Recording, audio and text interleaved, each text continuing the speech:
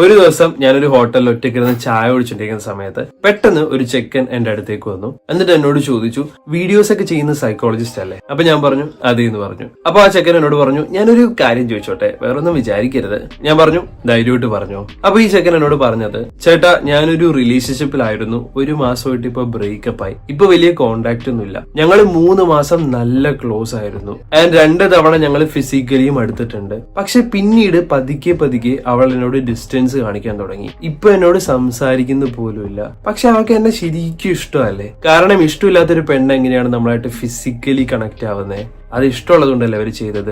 അപ്പൊ എന്നെ ഇട്ടിട്ട് പോകാൻ വേറെ എന്തെങ്കിലും റീസൺ ഉണ്ടാവുമല്ലേ? ഈ ചോദ്യം ഞാൻ ഒരുപാട് കേട്ടിട്ടുണ്ട്. ബോയ്സും ചോദിച്ചിട്ടുണ്ട്, ഗേൾസും ചോദിച്ചിട്ടുണ്ട്. ആൻഡ് ഒരുപാട് ആൾക്കാർക്ക് ഇമോഷണൽ കൺഫ്യൂഷൻ ഉണ്ടാക്കുന്ന ഒരു കാര്യവും കൂടിയാണിത്. എന്തുകൊണ്ടാണ് ഇത് സംഭവിച്ചതെന്ന് നിങ്ങൾക്ക് അറിയണോ? പറഞ്ഞുതരാം. Welcome back to my channel. This is Fabin Stanley.